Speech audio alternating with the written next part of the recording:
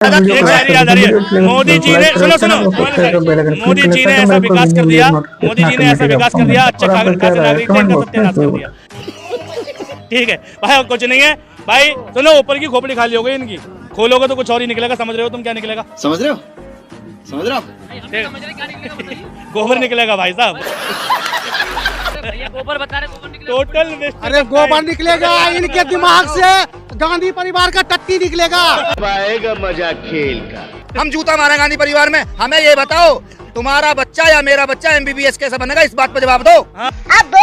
कांग्रेस से पूछना पड़ेगा तुम्हें। कांग्रेस सरकार से पूछना पड़ेगा। अब मोदी जी झुंझुना बजाने को है अभी।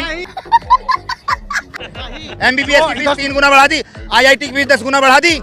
कांग्रेस से पूछा जाके। नेहरू की गलती है। जैसे जैसे जैसे आबादी बढ़ेगा उस हिसाब से महंगाई भी तो बढ़ेगा। इनसे पूछो तुम बुढ़े क्यों हो गए, तो नेहरू की गलती है।